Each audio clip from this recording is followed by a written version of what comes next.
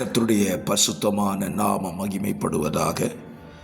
ஆசீர்வாதமான ஒரு நல்ல காலை வேளையிலையும் பாளையங்கோட்டை இந்திய தேவ சபையிலிருந்து காலை மன்னாவை உங்களுக்கு வழங்குவதில் மிகுந்த சந்தோஷம்.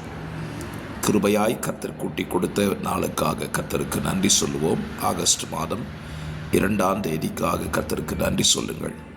இந்த காலை இந்த நாள் முழுவதும் உங்களுக்கு ஆசீர்வாதமாக இருக்க ஜெபிக்கிறேன். பரிசுத்த பிதாவே, இந்த நாளை எங்களுக்கு நீர் தந்தீர். இந்த நாள் முழுவதும் எங்களுக்கு ஆசீர்வாதமாக நன்மையாக இருக்கட்டும். உங்கள் பாதுகாப்புக்குள்ளே உங்கள் கூட சேர்ந்து நடக்க பரிசுத்த ஆவியானவர் உதவி செய்வீராக. இந்த காலை நேர தியானத்தை ஆசீர்வதியும் இயேசுவின் நாமத்தில் பிதாவே, ஆமேன் ஆமேன். ஸ்தோத்திரம். கர்த்தர் நல்லவர். இந்த காலை நேர தியானத்திற்காக கர்த்தரை துதிக்கிறேன். யோசுவாவின் புஸ்தகத்தை தொடர்ச்சியாக படித்து வருகிறோம்.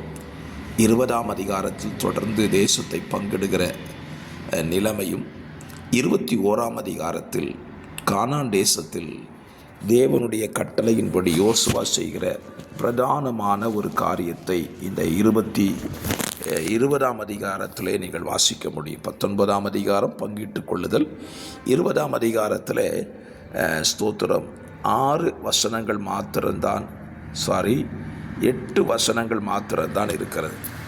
ஆனால் பிரதானமாய் ஒரு காரியம் சொல்லுகிறார். என்னவென்றால், தேவன் சொன்னதான அடைக்கல பட்டணத்தை ஏற்படுத்து என்கிற பிரமாணத்தை யோசுவா இங்கே நிறைவேற்றுவதை நீங்கள் வாசிக்க முடியும்.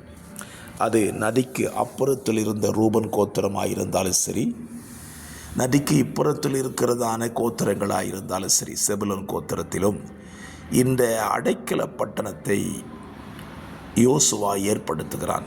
எதற்காக?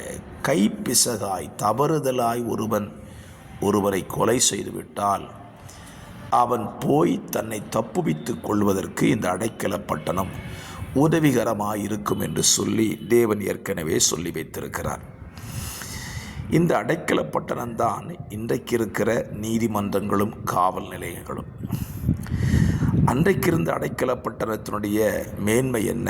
அந்த அடைக்கல பட்டணத்துக்குள்ளே ஒரு ஆசாரியன் இருப்பான். அவன் உயிரோடு இருக்கிற வரை வரைக்கும் இந்த அடைக்கல பட்டணத்துக்குள் பிரவேசித்தவனுக்கு தீர்ப்பு உடனே மரண தண்டனை அல்ல. அது கைப்பிசகாய் நடந்திருக்குமானால் அவன் மறிக்க மாட்டான். அவங்கே தங்கிக் கொள்ளலாம். ஜீவகால பரியந்தம் அந்த பட்டணத்தில் இருந்து கொள்ளலாம்.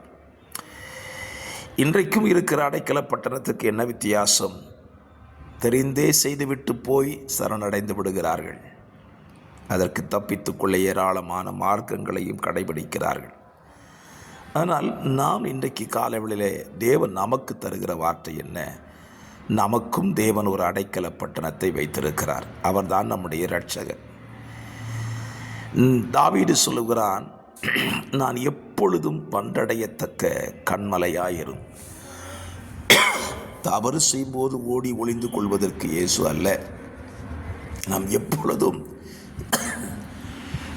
இயேசுவுக்குள்ளே நம்மை ஒளித்து கொள்ளலாம்.